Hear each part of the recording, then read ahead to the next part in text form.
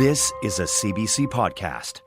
I'm Rob Norman. I'm Andrew Norton, and the Personal Best podcast is back for Season 2. All right. Well, this is exciting. I wasn't ready to do this, but I'm going to give it my all. Whoa! Holy frick! Personal Best Season 2, a self-improvement show for people who don't like self-improvement. Subscribe now wherever you find your favorite podcasts.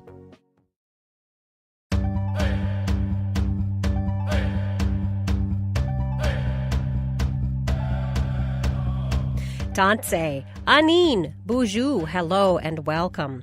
This is Unreserved on CBC Radio 1. I'm Rosanna Deerchild. Transformation can happen in many ways, for many different reasons. We can't live in a wigwam in a contemporary way, but we can look at the material tectonics of how buildings were put together. And because I've shared everything that I've done with my life and my transition so openly, like, why stop now? A lot of her work really was the first time that people were seeing some of the struggles for Maori. That really became what I considered to be my battleground, to look at photography and determine whether there's room for an Indigenous voice. Today on Unreserved, how Indigenous people are transforming space, body, and media to change and challenge perceptions. We often think of transformation in connection to art, music, or our physical selves. But what about transforming the spaces around you? By my next guest's count, there are fewer than 20 Indigenous architects in Canada, out of around 10,000. That's 0.2%. He's hoping to change that by transforming Indigenous spaces in a way that inspires others to do the same. David Fortin is Métis and is the director of the MacEwan School of Architecture at Laurentian University's Sudbury campus. Welcome, David. Good afternoon. So how do you define Indigenous-led architecture? We like to think of it similar to art, actually. You had mentioned the idea of Indigenous art, and, architecture is a creative act. It's a kind of condensation of a lot of different ideas that come together through a person and a team. I mean, really, Indigenous architecture or Indigenous-led architecture has to involve Indigenous people. So primarily that's communities being involved in this process, but also Indigenous architectural-led projects. You mentioned consultation is really important in your process. What would that look like? Well, if it's a community center or a school or something, there's a lot of visioning exercises that are done with communities. So sitting with a big group of people, using lots of sticky notes and graphs and photos and trying to get people to express what it is that they want out of a project.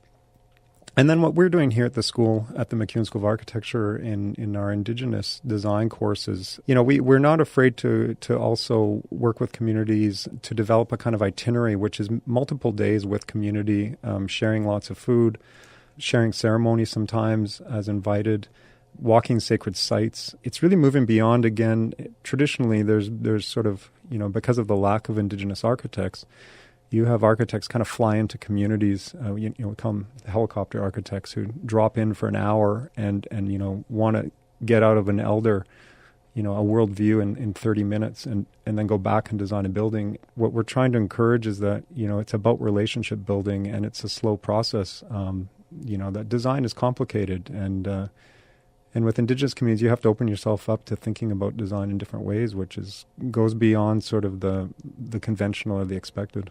Why is it important for you to consult and work with communities before transforming a space?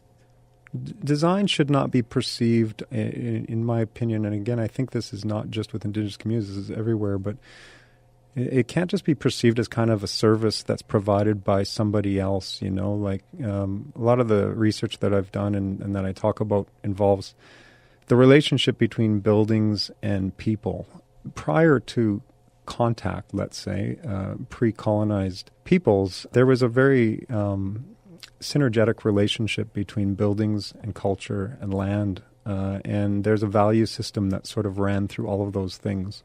Say the design and the drawings of, it's kind of a harsh and obvious one, but the design of the residential school as an artifact, as a thing, and then the housing that came after, there was a really severe disruption between Indigenous people and the environments around them that was really enforced on them. So there's a few generations now have passed where many community members, if you look at the community centers or the rinks and the housing on reserve and off reserve, they don't reflect community values in any way, really. The attitude of that kind of building is a kind of pre-designed, pre-supplied product which comes out of a kind of Western consumer ideology. So why it's really important is I think Indigenous people are in a great position right now to expect more of the built environment and to challenge their architects and their builders to work towards expressing those values again. Like how do you design something that is specific for each community and that makes that community proud to be where they are and of who they are. So, design has a really empowering capacity, but that can't be done without them involved because that's not empowering for them. So I think it's really important that communities take ownership of that. And so when you design and build something with an Indigenous community that reflects them, how does the community respond to that?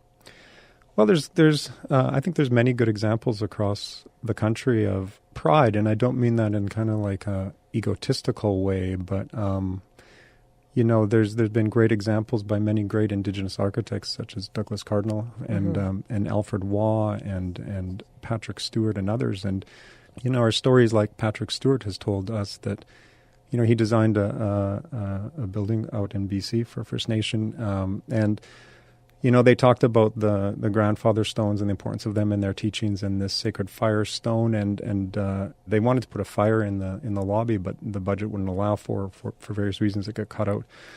So he put these stones in a circle with a kind of orange-colored stone in the middle, just representative of that, and he's heard that still elders will sit around those because somebody listened and it's something that they value.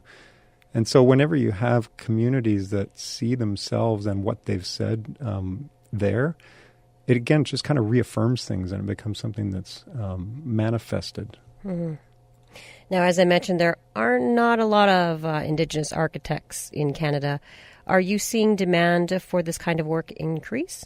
Certainly we are. So last year we were in Venice, Italy. The group of Indigenous architects across Canada were chosen to represent Canada at the Venice Biennale, which is kind of like the World Expo for architecture, and that was under the leadership of Douglas Cardinal. And then Gerald McMaster and I curated this, but we brought together a group of 18 Indigenous architects.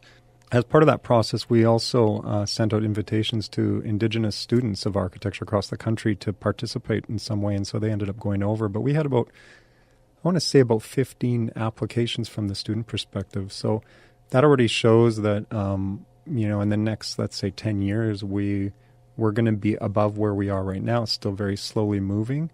But I definitely think this is something that Indigenous youth are excited about. And that's really what we are excited about as academics, is thinking about what, the Indigenous built world is going to look like in 30 or 50 years. And as more Indigenous people get into this field and work with communities, what do you hope to see?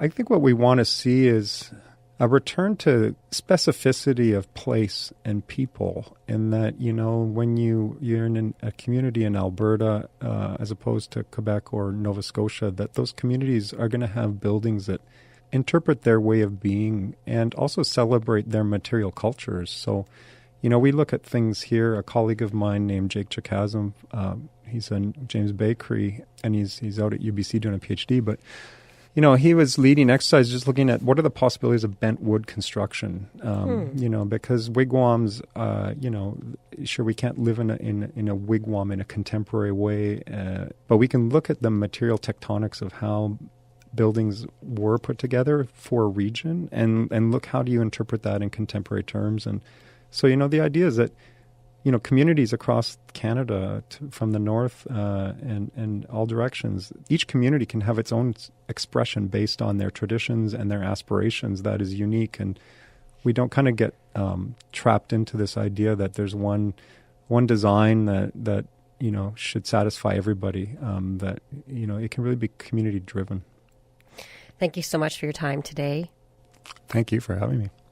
David Fortin is the director of the MacEwan School of Architecture at Laurentian University's Sudbury campus. He's also Métis. Coming up on Radio Indigenous. I grew up as a little boy who always dreamed of being a performer, who always dreamed of being on stage and being a fully realized woman. So to be living in my truth now, and when I get up there and I own it and I work it, I own everything. Meet Quanah Style and find out how this Cree singer transformed herself into a drag queen superstar. But first, a lot of bands have their own sound. But when presented with the option to record with hundreds of one-of-a-kind instruments, that sound might transform into something completely different. That's what happened to Edmonton-based band Nehewak. They recently took up residency at the National Music Centre in Calgary. Unreserved's Kyle Musica caught up with the band as they were about to play an instrument with a interesting name.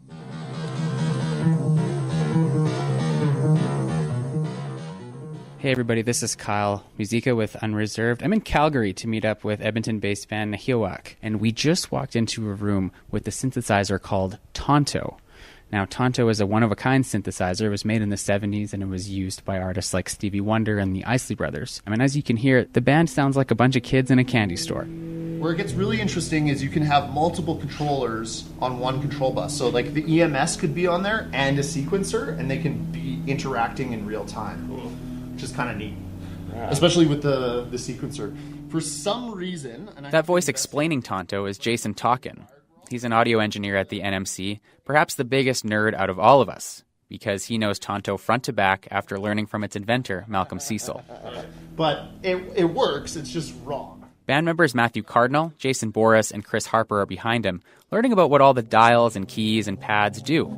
So this part of the instrument is kind of designed for live performance. The idea is you can change octaves really quickly and that sort of thing. Those three, along with Merrick Tyler, make up Nehewak, which means people of the plains in Nehewewen, or Cree. Even though Harper, who plays guitar and sings, wasn't going to be too involved with Tonto during the residency, he was in awe as well. Can you just describe to us where we're standing right now? We are standing, I suppose, in the, the bowels of Tonto. I don't know where we are. But it is somewhere where the sound is getting spit out at. So, yeah, that makes sense. But anyway, we're here just surrounded by it. Picture it kind of like a mini Starship Enterprise. You stand in the middle with dials and modulators surrounding you in a half circle. Tonto is an acronym. It means the original new timbral orchestra. But when most people hear the name Tonto, they think of the Lone Ranger's Native American sidekick, and that brought up some conflicting feelings for the band. It's quite an interesting machine. If you think of it, too, with the Lone Ranger kind of concepts being embedded in, Tonto, this was the Lone Ranger's space that we're in, actually. And he would only be using Tonto as an assistant to his methodologies. And I suppose we are, too, but in a way that's hopefully more eye to eye. It's only been a few minutes, but the band is learning and understanding this machine as a living, breathing, contributing artist to their upcoming record set for release this fall. They're already seeing the instrument as more of a collaborator, an equal, than the Lone Ranger ever saw with the fictional Tonto. It's the same response Toolman and Bear Witness, or A Tribe Called Red, had when they worked with the instrument. Chris Harper said as Tribe started messing around with it, it completely transformed their upcoming album. You can take a lot. You can also easily get overwhelmed. And I could totally understand a lot of artists coming into this environment just being like, oh my gosh, like getting lost here, for instance. Even talking to Bear Witness, he said once Tonto, the sound of it came out and they put it on one track, he was just like, this has to be on the whole album. One of the things that Bear also mentioned to me about that, which I thought was an incredible, again, juxtaposition, but they were able to do a masterclass with Malcolm Cecil. And so Malcolm, I don't know if you've seen him, but he dresses in white, like the Lone Ranger, but he's got a cute little afro, and he's this old guy, and he's an incredible engineer. Anyway, he came into, I suppose, this room, Bear said, and Bear and Toolman were like pitching, like they had some stuff going, but they were like live pitching it. And he said he turned around and Malcolm was almost weeping with his cell phone out, being like, that's why I created that machine. You know, like, oh my gosh, like, I didn't think it would get used like that, you know, like in my lifetime. And then all the sequencers show up on here too. So, like, if you want That juxtaposition, the Indigenous electronic group taking the reins of a machine and working with it as an equal, really hit home for Harper. The black cable is surplus from an Apollo mission. And the gray cable is surplus from a Boeing 747. Tonto might be one of the most famous instruments in the National Music Center's collection, but with more than 2,000 pieces of musical history on display and a chance to play most of them during a residency, the possibilities of transformation are endless. Just ask Jason Boris, who plays modular synthesizers and guitar for the band. The whole thing is so surreal that, like, it doesn't even really affect me on an emotional level yet. Like, there's been a few times where it's, like, almost hit me like a physical thing, like, because it is really so overwhelming, the amount of interesting instruments that are here and the inspiration that comes from being in a close proximity to the gear, not just because they were used on great records or whatever, but just all the interesting other artists that have sweated over the gear. There's like a snare roll that's really cool, and like, is there yeah, so we just have to patch it in. Nahiwak calls themselves moccasin gaze, which is an indigenous twist on the shoegaze genre. Imagine a song where every instrument is the same volume, including the vocals. Every band member, every instrument, every sound, equal. Nahiwak's music takes guitars, drum kits, bass, synths, and mixes them with traditional indigenous sounds, like box drums or the rhythm of the North Saskatchewan River. So they've had a lot of experience weaving new sounds into their music. I don't know. It's been feeling pretty natural. Like we have like older drums, hand drums, and we've used a log drum and like a very large box drum that we've borrowed from people out on the coast, and we just kind of like incorporate those sounds, just things we have from memories, and like there's songs with like honor beats, like powwow honor beats in it, and it's just something that I think we like to incorporate. And it's kind of like, if you know, you know, sometimes. With all these instruments at their disposal, including the collaboration with Tonto, Cardinal looks inspired, curious, excited to see what the residency brings forward. To spend some time with this machine is pretty amazing. So, I don't know. I'm hoping to, get something nice out of it. I'm sure it'll make it on the record in one way or another. I can't wait to listen to your record and be like, there's Tonto. So, yeah, I hope it's almost like another member. It's a whole other being. It's kind of its own thing. It's pretty much alive.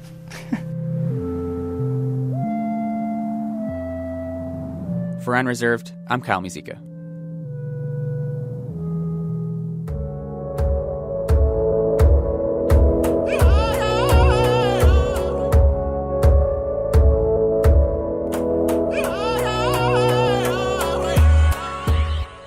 This is Unreserved on CBC Radio 1, Sirius XM 169, and Native Voice 1. I'm Rosanna Deerchild. Today on the show, we're talking about transformation. As a child, she felt different from the other kids, as though she was in the wrong body. Then at 13, this Cree singer and performer realized that she was transgender. That's when Quanah Style came out, all the way out. Now she's a triple threat, a singer, actor, and director. She's also one of the top queens featured on the CBC documentary series, Canada's a Drag. Quanah is originally from Moberly Lake First Nation in British Columbia, but now calls Vancouver home. Hey, girl. Oh, hey, honey. How you doing? I'm doing good. All right. I'm so happy to be here. How are you guys doing? I'm good. I'm happy you're here as well. Now, Quanah, as well as being a drag queen, you are a transgender woman, and you've been very open about your transition, starring in a docuseries called Quanah Trans Op, which documented your facial reconstruction surgery. Why did you decide to document the surgery for all the world to see? Well, there wasn't a lot out there. Like when I was about to go for my surgery, I really was looking at YouTube and looking for references so that I could really understand what I would be going through. And through watching them, I felt like a lot of it was glamorized through YouTubers. So I really wanted to show people the real aspect of going through all of that entailed. So I just tried to be as open and as honest as I could to basically share my experience with anybody who might want to do it for themselves. So at what age did you know that you were transgender? I grew up going to powwows, and my mom said before I could speak, I was always doing the girls' dances because there's guys' dances and girls' dances traditionally. Both of my parents are Cree. I had a very strong upbringing with our culture. So I grew up going to sweat lodge ceremonies and sun dances and stuff like that. And I always remember praying around elementary school that I would be put in the right body. I actually transitioned around 15, and then I had my gender confirmation surgery the week I turned 18. Was there a moment where you knew, okay, I'm in the wrong body and this is not who I am inside? I think originally I came out as gay. That's what I was like, this is the body I have. This must be it. But when I moved to Victoria when I was around 13, I had an auntie who was gay, and I got introduced to trans people, and it really opened my eyes when I started understanding what that really meant. So I think I was a little sheltered before, maybe up north, and it really opened up my eyes and then opened up my heart, and it just made me realize that that was what I connected with. That's who I am. And what was that like when you realized that that's who you are? Liberating. I found such a strength in it. You know, before, I don't even think people would believe how different I was. I thought that I was a lot more reserved or introverted, whereas now I'm very loud and outgoing. And you said your family was very traditional and you grew up in the culture. How did they react to your discovery of self? Great. I'm really close with my family. I'm really lucky to have their support. In the drag world, whether transgender women can be drag queens is often hotly debated. In fact, last year, the most famous drag queen of them all, RuPaul, she got in trouble for saying that someone in transition should not be able to compete on RuPaul's Drag Race. I think she ate her words after that. Girl, yeah. Because it was a hot topic, actually. So many people were up in arms and very upset about it because trans women have been an integral part of drag forever. And lots of girls that have been on RuPaul's Drag Race have, well, not lots, but there's a handful of them that started off with RuPaul and then transitioned after the show. So I think that afterwards she had quite the backlash from that. And then, I don't know if you watched, but after that had happened, she actually put Gia Gunn back on. She brought back Sonique from a previous season. So I think that will be changing. The artistry of drag is so dynamic, and that should be portrayed in media. Speaking of the artistry of drag, what drew you to drag in the first place? I think it was makeup originally because I went to makeup school. So that really triggered my passion for turning looks. After I went to school for makeup is when I really started experimenting more with my looks. Originally, I actually had people doing my makeup when I was performing because I started off as a recording artist before I started adding elements of drag later on. How does it feel like for you to be on stage performing? I feel free as a bird. I grew up as a little boy who always dreamed of being a performer, who always dreamed of being on stage and being a fully realized woman. So to be living in my truth now, and when I get up there and I own it and I work it, I own everything. So yeah, get out of my way. I'm here to do what I came to do. So tell me what that's like. Take me to the stage with you. I love performing. I found my voice through being around like a campfire and an acoustic guitar. My dad's Art Napoleon and my sister's a musician. So it was something that was instilled in me. I think it's in my blood. I grew up around music. So drag for me was about melting the two. Drag for me, there's several aspects of it. Performing, your music, your artistry, your looks, your hair. Like there's so many different components to it. For sure. And I just got to go, Art Napoleon's her dad? Yeah, record girl, scratch. You didn't know that? I didn't know that. Yeah, that's my dad. Oh, that's beautiful. I didn't even know. Small world, I tell you. It is. It really is. So what do you do on the stage? Do you sing or do you lip sync? Do you dance? Do you do all of the above? I sing live and I dance. I like to vogue and whack with my one arm. I work with dancers. I started off performing by being a promoter and throwing parties and book my friends as the DJs, and I'd be like, give me a mic. And I would freestyle. And then I threw so many parties that I would get on the mic and just be singing and freestyling and having fun. Somehow that led, years ago, that turned into bookings. And then over the years, I started working on my stage show a lot more and incorporating dancers, yeah, this last summer was amazing. I've got to open up for Peaches a few times and Biff Naked, Simone Denny from Love Inc., Buffy St. Marie, people that I've idolized and looked up to growing up that have influenced me. So now to be able to be working with some of those people is really inspiring to me. And sometimes I really have to take a step back and like look at it and be like, wow. Wow. Because I want to make sure I don't let no moments pass me by. I'm trying to soak it all in. Mm-hmm. Now, the topic of the show today is transformation, and you're working on another documentary right now that transforms you back to your childhood self, wanting to dance jingle at a powwow, but you weren't allowed to. Can you tell me about this film? My film is called Dance With Me. I'll be starring in it as well as producing it. What I'm going to do with it is really get back to my roots and explore Cree culture through dance, really. So when I was a little kid, I used to dance grass, which is a boys' dance. And my sister used to dance jingle, my sister Niska, who also makes music. And when nobody was home, I remember putting on my sister's jingle dress and turning on powwow music. And I was like in elementary school and I just wanted to dance jingle specifically. So no one was around, and I remember just turning on the music and I would dance around the house in her jingle dress to powwows for so long. And I'd always be peeking out the window, worried I'd be getting caught. And I didn't really share that story with anybody until I got older. So now that I am living in my truth and am able to really go back to my roots and explore that. And because I've shared everything that I've done with my life and my transition so openly, like, why stop now? Mm-hmm. So I really want to introduce people to what the dance means. I'm going to be doing interviews and shooting a little bit in Alberta to learn about the history of the dance, the meanings of the jingles, and everything that really goes into what it means to dance jingle traditionally. Mm-hmm. Then I'm going to have regalia made, and then I'll be dancing. I just love, love, love that story. I used to dance around in a grass dance. Oh, really? Because, you know, I'm not allowed to grass dance. My heart just fluttered. See, so okay. I'm making that movie for everybody like us. Yes, you are. Like, literally. Like, I want little kids that watch it to be like, I can dance whatever I want to dance, hopefully. Mm. There's been such a shift since I was a kid. Yeah. I can grass dance now, but I couldn't as a kid, right? Right? Yeah. It's so cool. And actually a little nervous about the actual dancing because I haven't danced since I was a kid. Oh, my gosh. So it's exciting. It's very exciting. It's also, it makes me a little nervous, not going to lie. But yeah, you guys can see it all play out. I think the film will be out in September. We wrap in June. Well, I have no doubt it will be sickening. Honey, buckle up. Dance with me. There we go. Thank you so much for your time today. Thank you so much for having me. Amazing talking to you. Yes. Thank you, thank you, thank you. That was Quana Style, a trans drag performer from Vancouver. She's featured in CBC's Canada's a Drag. To check out our episode, visit our website, cbc.ca/unreserved.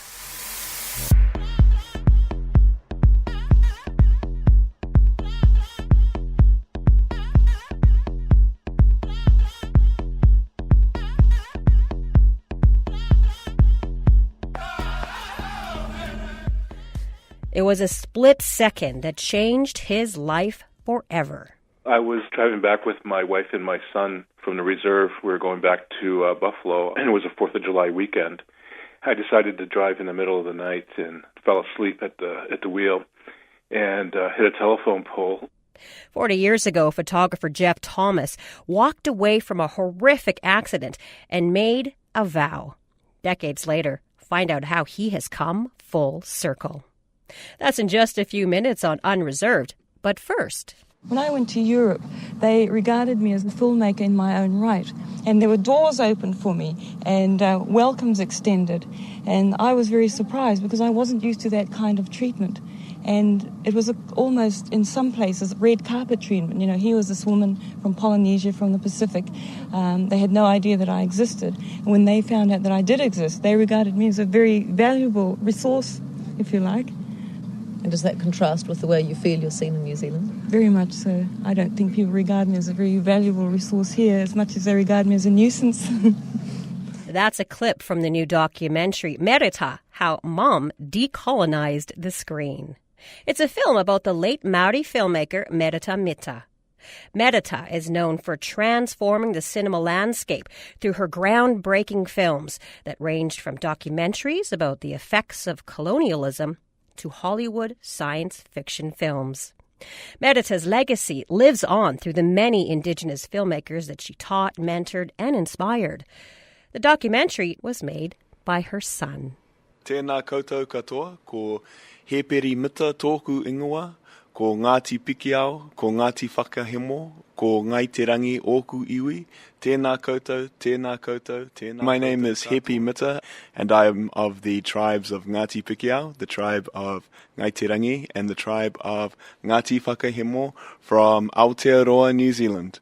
I am the director of Merata, How Mum Decolonized the Screen, and it's a documentary about my mother. Her name was Merata Mita, and she was a pioneering Māori filmmaker.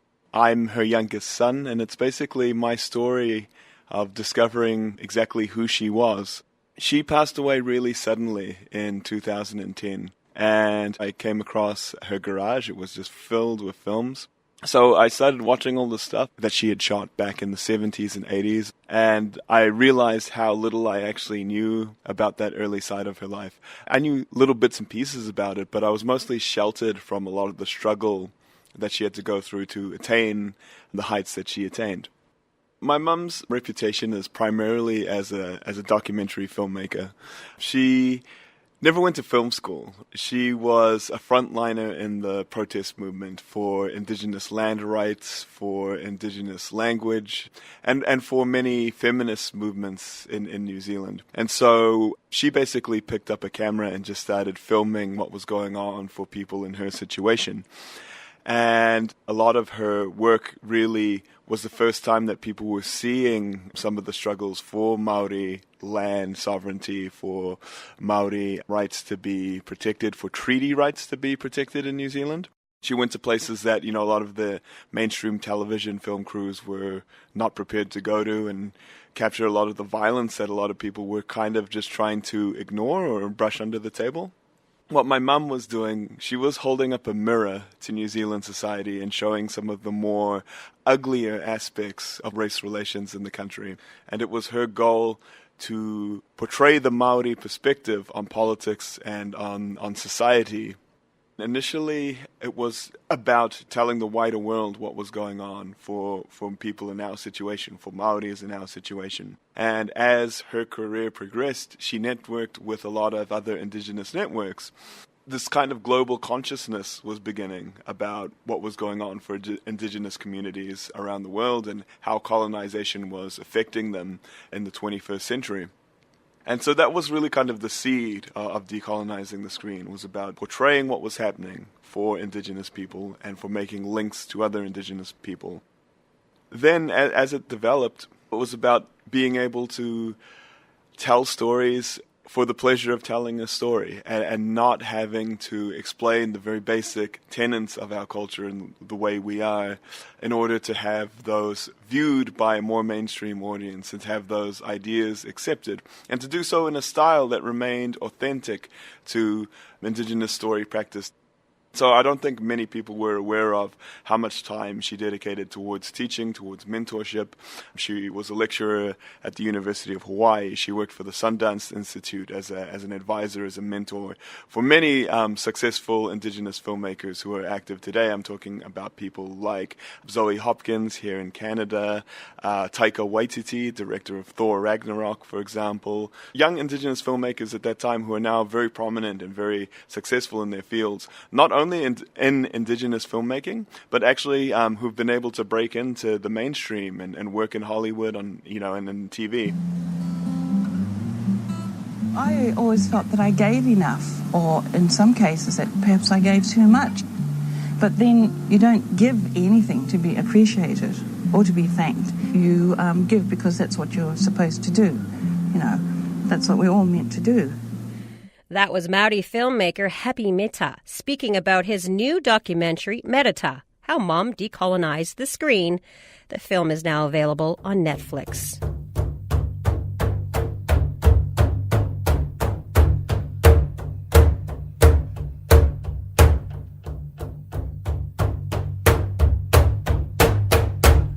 This is Unreserved on CBC Radio 1, Sirius XM 169, and Native Voice 1. I'm Rosanna Deerchild. Self-taught photographer and curator Jeff Thomas was just honored with a Governor General Award for Artistic Achievement in Visual Arts. It was a moment, he says, that brought him full circle, from a moment 40 years ago that changed his life forever. And it fulfilled a vow he made during his darkest hour. Thomas is Onondaga from Buffalo, New York, and Six Nations of the Grand River in Ontario. He joins me from Ottawa. Welcome, Jeff. Hi, thanks. So, Jeff, take us back to that day in 1979 when your life had a drastic change. What happened? Well, I was driving back with my wife and my son from the reserve. We were going back to Buffalo, and it was a 4th of July weekend. I decided to drive in the middle of the night and fell asleep at the wheel and hit a telephone pole. I was the most severely injured, and I had actually fractured dislocation in my spinal cord, and it left me paralyzed. Subsequently, I was in the hospital for 3 months, and after a short period of time, the vertebrae weren't healing correctly, and the doctors might have to operate. So I made a vow at that time that I said that if I can walk out of the hospital, I'll dedicate my life to making a contribution to my community. And so 3 months later, I was able to walk out of the hospital, but with a permanent disability. And I was 24 years old at the time. I had, a full life ahead of me, and I had to think about what I was going to do next. So I decided that I was going to address an issue that had been bothering me for a long time, and that was the invisibility of Indigenous people living in urban centers. And that's really where my career in photography began. I had learned about photography beforehand, but it was just more of a hobby. But now it gave me a reason to continue to live. That's what happened almost 40 years ago. Yeah. Why did you choose photography to start your journey? Well, I had been interested in still photographs since I was a young kid. And when I was in high school, I saved enough money to buy my first camera. And I was just really fascinated with the way that the world looked through a black and white photograph. And that's what started me looking at photography and wanting to play around with it more. But I found that when I started to really become serious, I wanted to know how Indigenous people previous to me had used a camera in the 19th century. And that's when I began to find that there were no Indigenous representatives. There were lots of photographs of Indians, but there were no photographers that were represented. So that really became what I considered to be my battleground, to look at photography and determine whether there's room for an Indigenous voice, or would the public prefer to see something more along the lines of what they'd already known, like photographs made by Edward S. Curtis and other photographers during that period of time. And could you just explain briefly who Edward S. Curtis is? Edward S. Curtis was a Seattle-based photographer who, around the turn of the 20th century, decided he wanted to make a permanent record of Indigenous people living in the North American West. And his objective was to preserve as much as possible the tribal culture that had been a part of their lives and which was now gone. He ended up devoting 30 years of his life traveling from Alaska down to Arizona in the deep Southwest and documenting. So this was what would become eventually the North American Indian, 20 published volumes of his work. But what Curtis died in 1952, and his work was revived in early 1970s. So his work was now being marketed by other people. And this is where kind of like the issues around Curtis began to develop because of the way that his work was marketed to the general public. Reproductions on posters and coffee cups and T-shirts and things like that, which really dismissed the importance of the people that were in the photographs. I wanted to ensure that there was an important conversation taking place about the people in the photographs as opposed to the photographer himself. So lots of pictures of Indians, as you say, but not too many stories and voice within those. Can you give me an example of how you juxtaposed your work with Edward S. Curtis's?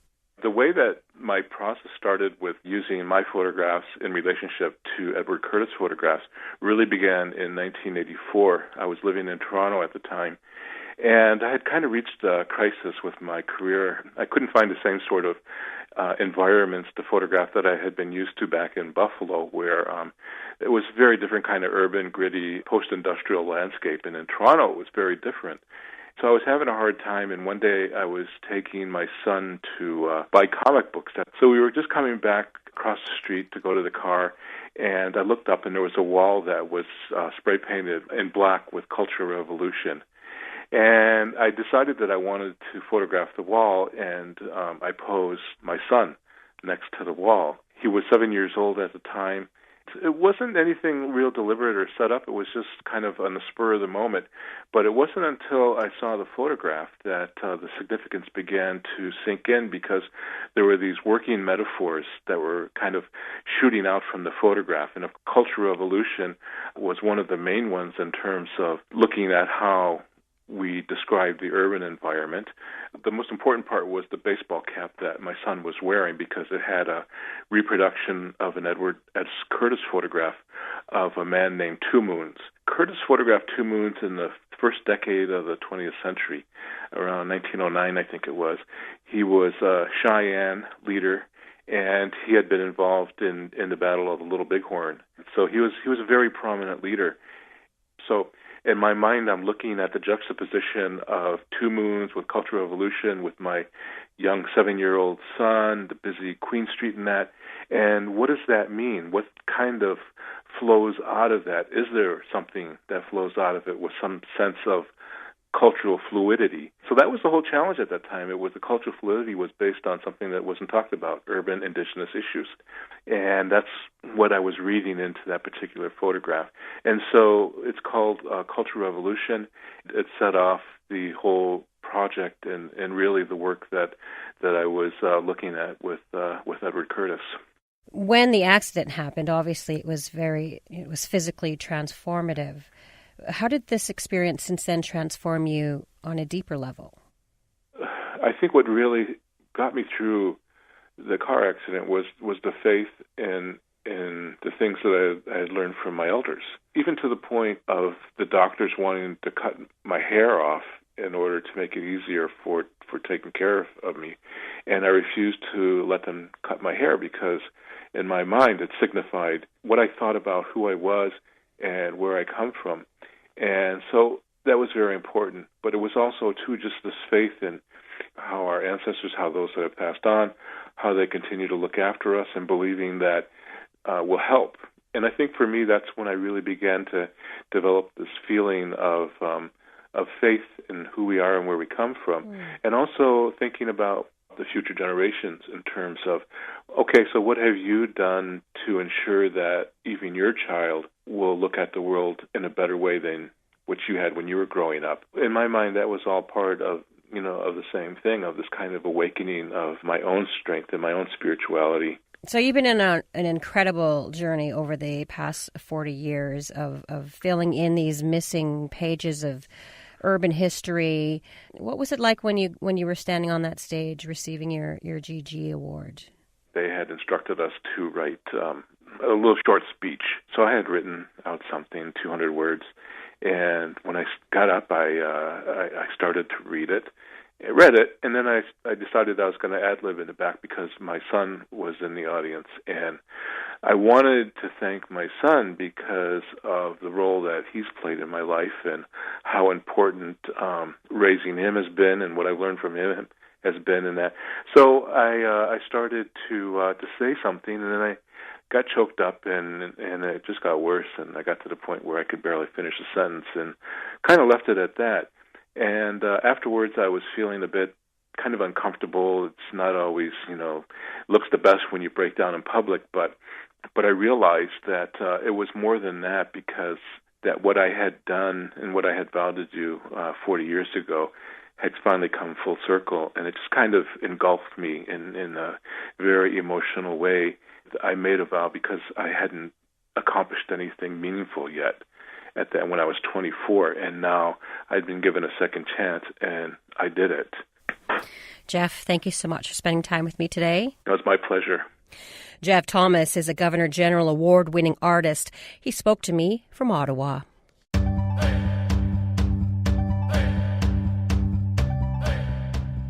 That's it for this week's episode of Unreserved. We'll be back in this radio space next week for more community, culture, and conversation. This episode was produced by Kyle Musica, Stephanie Cram, Zoe Tennant, and Anna Lazowski. I'm your favorite cousin, Rosanna Deerchild, coming at you from Winnipeg in Treaty 1 territory. Thank you for listening to Unreserved on CBC Radio 1. I say.